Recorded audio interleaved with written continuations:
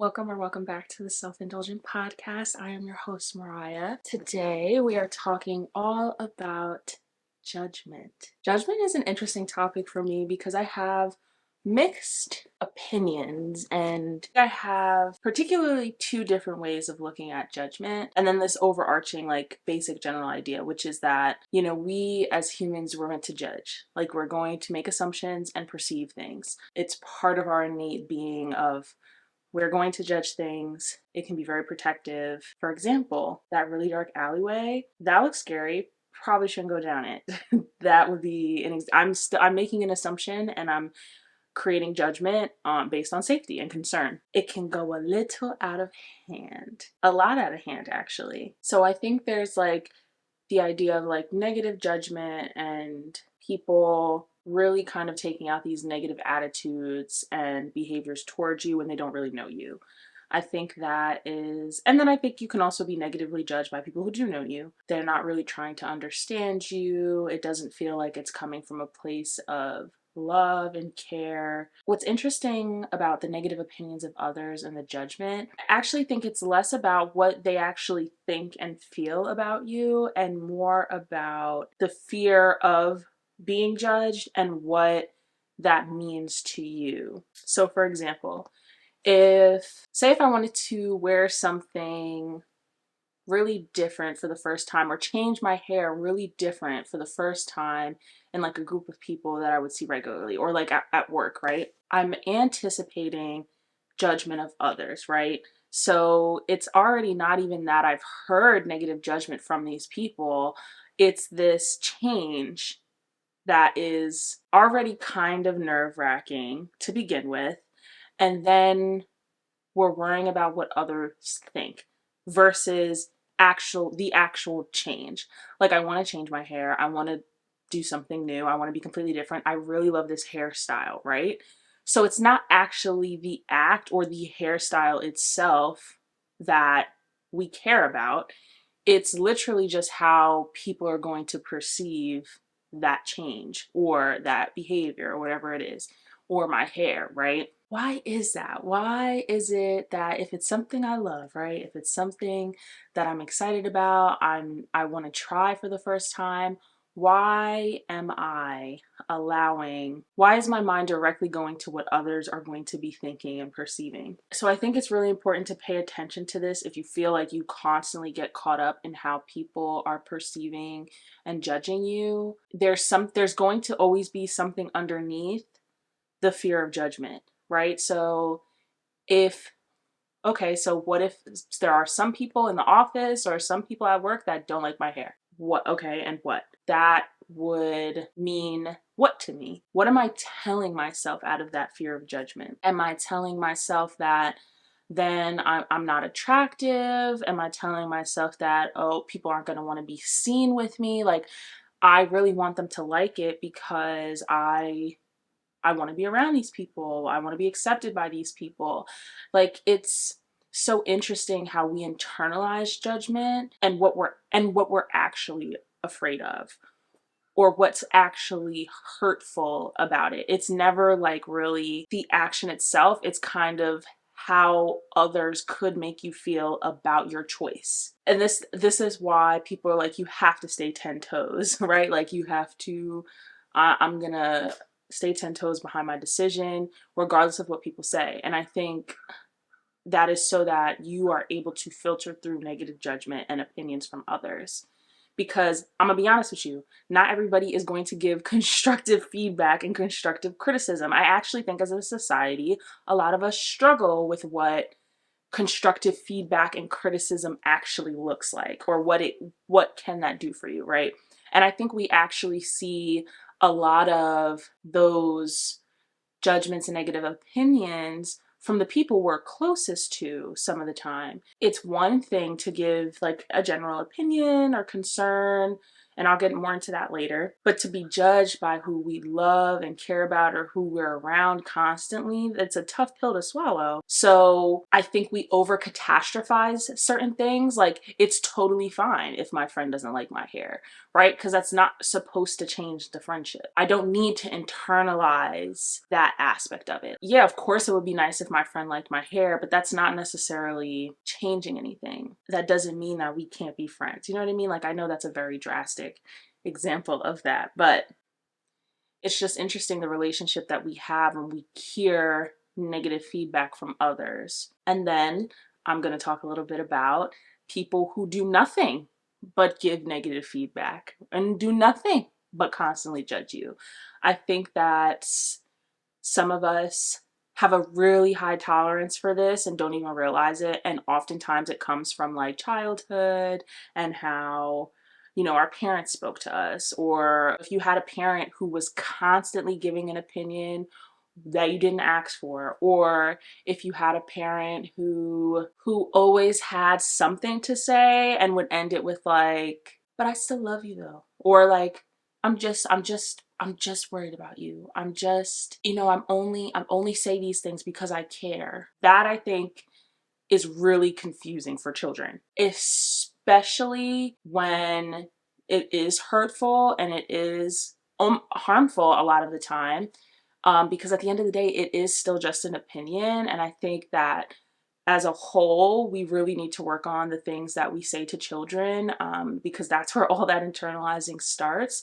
And quite honestly, it's our jobs as adults to keep children safe, right? And also, certain opinions that we have are just our opinions. And I think that, you know, some adults so heavily put that on children as law that they grow up with all of these really poor, like, processes and dealing with people in interpersonal relationships. I think that, you know, if you had a parent like that, or you had friend groups like that in childhood, you're definitely going to be more susceptible to being more concerned about what others are thinking. And it's the straight fear of like judgment and what that means versus focusing on, do I want to do this? Do I care about this? Is this what I want? We get wrapped up into, oh, you don't feel the same way I do?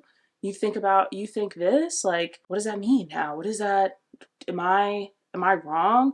Is this weird? And honestly, sometimes it even creates a defensive kind of behavior. This kind of ties into my victimhood video, the victim mindset, and how that can like really just control and take over somebody's life and them not even realize it.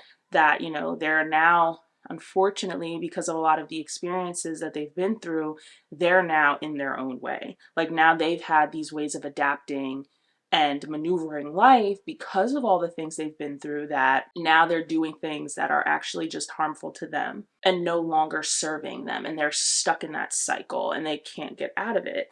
I think when you are constantly being judged by others, I think if you had any experience like that, you're more set up to constantly be thinking about what other people think of you, when a lot of the times other people are not thinking about you. And so this leads me into this other form of judgment, where you can call it judgment if you want. I think, yeah, judgment is whatever, or opinions about somebody else. There's a fine line between unnecessary opinions and negative opinions and feedback and actual concern for somebody. Right? Like, of course, like, so if I am really concerned about one of my friend's behaviors or something that's going on in my friend's life, then yeah, I'm going to say something. I'm going to try to be as respectful as possible, obviously, because it's meant to come with care. So technically, yeah, that's a form of judgment, right? Because at the end of the day, it's not my life. It's still not my life. But I have concern, care, love. And so I want to make sure that I say something because I don't want to not say anything, right? And I think that that's important.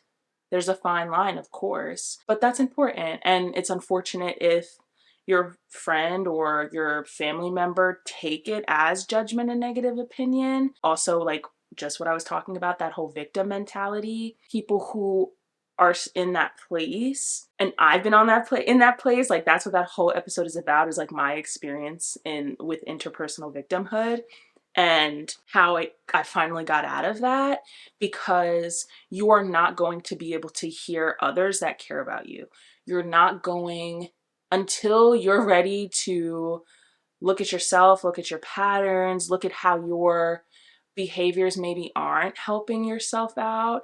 You're going to be stuck in that cycle of kind of staying pissed off at people and staying like, woe is me, like, look at all these bad things that have happened to me in the past. If you're stuck there, when somebody comes that loves you, that is very concerned for you, you're not trying to hear it. You're not going to want to hear it. It'll be harder to judge when is this negative opinions of others, and when is it actually this person is caring about me. Like, maybe I should like take a look, take inventory, if you will, at like what's happening, what's been going on. Why did I do this? Is what I'm doing healthy for me? So that's all about like the balancing of judgment versus like opinion. What I just described as like a friend who's actually genuinely concerned out of love can look like judgment to somebody, but you like really have to have that balance of like judgment, opinion, concern. Hey, this is what I'm seeing, this is what I'm thinking, this is how this looks to me. Are you good? Like, you know what I mean? But at the end of the day, it's all technically judgment and evaluation of somebody else, and opinions of somebody else, right? Regardless of if it's of good intention or not. It's just really important to be able to know yourself well enough to know, hey, somebody said this to me, and I don't feel good about it. I don't feel good about it, whether it was with good intention or not, right? I think it's important. The main thing is to learn why you don't feel good about it. What about this judgment is concerning? What about this judgment is making me feel like I want to curse this person out? What am I scared of? What about what they said is upsetting me? Am I afraid? Do I feel shameful because this person thinks this of me, or is seeing through some of my facades? Is it that this person was actually just being really hurtful and really kind of just shitted on some of my insecurities?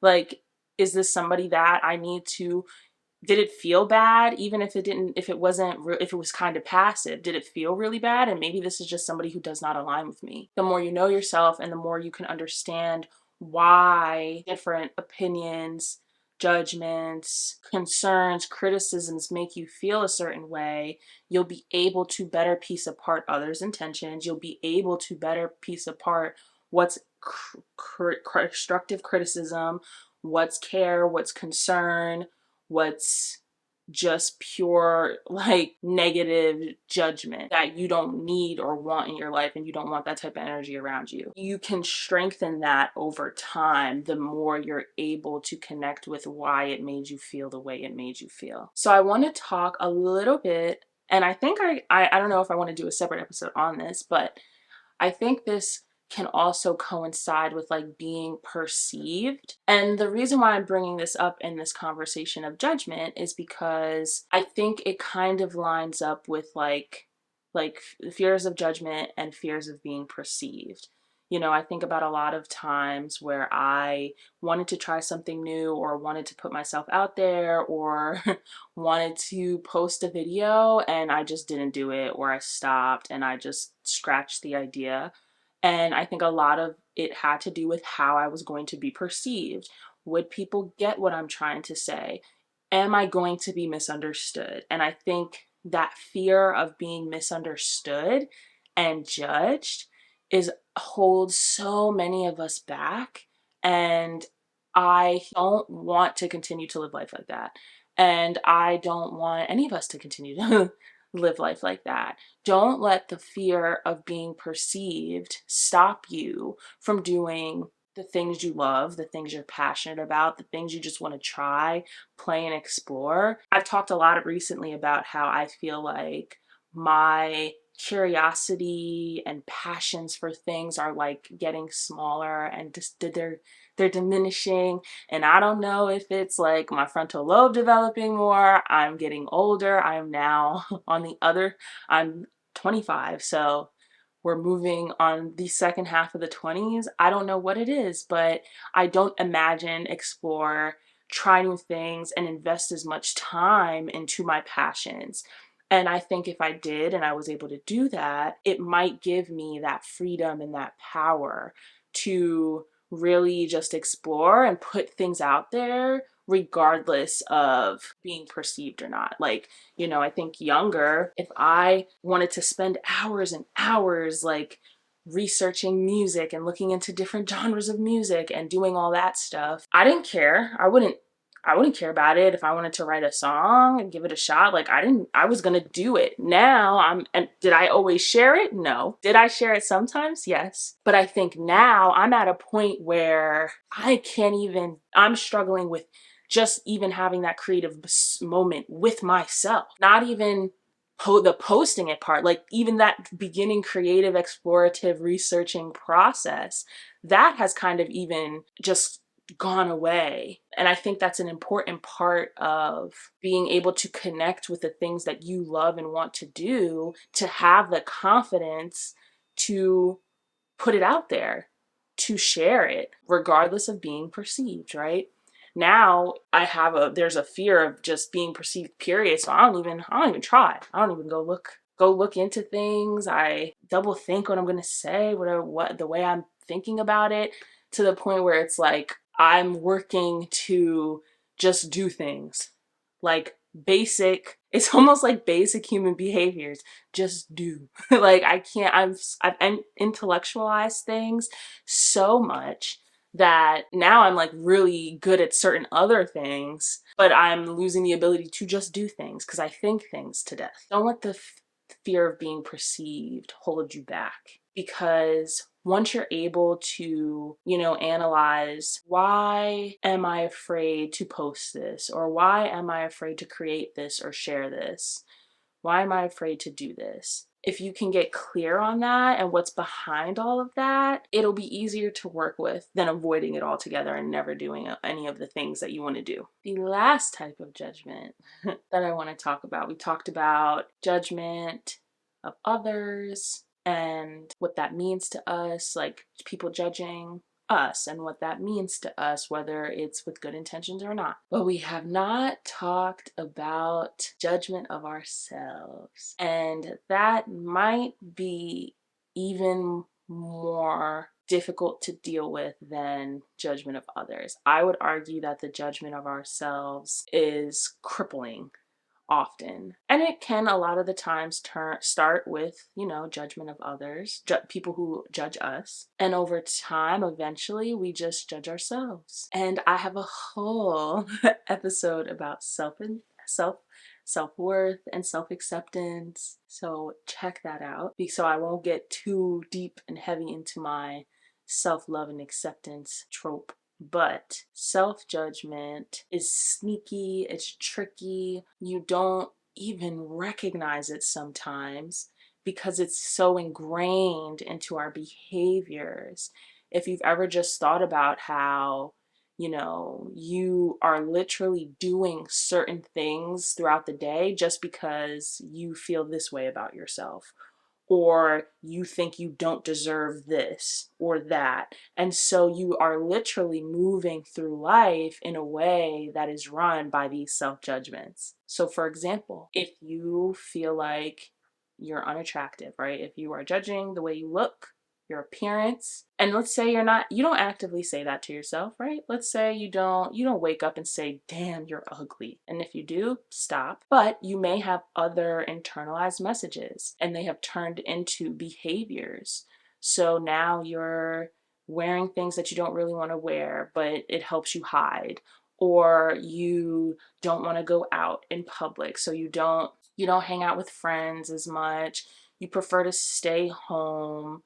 You don't want to go to any events that require you to dress up or anything like that. You don't try new things because you just think that it's not going to work anyway. Like, these can be so ingrained that it's on an unconscious level, but those are just your behaviors. Like, you have those behaviors without necessarily repeating it to yourself. And then other times, the thoughts slip up you definitely say there are things that, I say to myself still to this day that I'm not necessarily proud of. But I think I'm at a point now where if the thought happens, I can call it out immediately. Now, if I say something to myself that is not nice, I immediately am like, you don't believe that. You don't really believe that. You're upset right now, or you're not in a good mood. You're frustrated. You can feel those emotions, but that thought you just had, that what you just said, that's not you. You don't really think that. There are things that you may not be happy about, but we're not gonna internalize that one. So it takes practice. This is why it's so important to just tune into yourself, give yourself time, do things for yourself, take yourself on dates. It's really life-changing. It's therapeutic. It's going to be your first developing that is going to be your first line of defense against the judgments of others. Don't judge yourself when you already have this crazy world that we live in. Let's be on our own team. So you need to be your number one cheerleader. A few more things to think about when trying to overcome the fear of judgment is, nothing is constant, nothing lasts forever. So even if you make a mistake or something doesn't go the way you want it to, or you don't achieve exactly what you wanted to achieve, that's okay. It's gonna suck in the moment. I'm not denying that you're not gonna feel disappointed 100%, but that doesn't mean that you have to carry that with you forever, right? Because the moment happened and it passed and it's gone. You shouldn't have to carry around that pain or the disappointment or the critiques from others. And this brings me to my final thing. When others are judging you, there are times, often, where it's a projection of something that they haven't worked out themselves.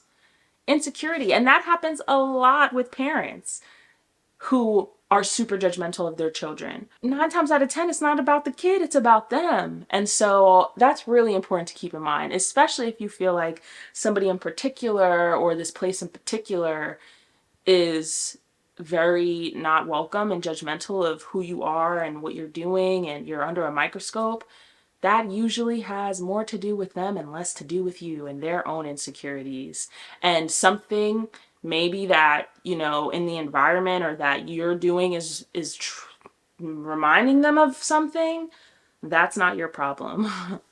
So I think it's worth listening to friends who really are coming with love, care, positive intentions, and concern to take some of that and think about it, how you feel about it.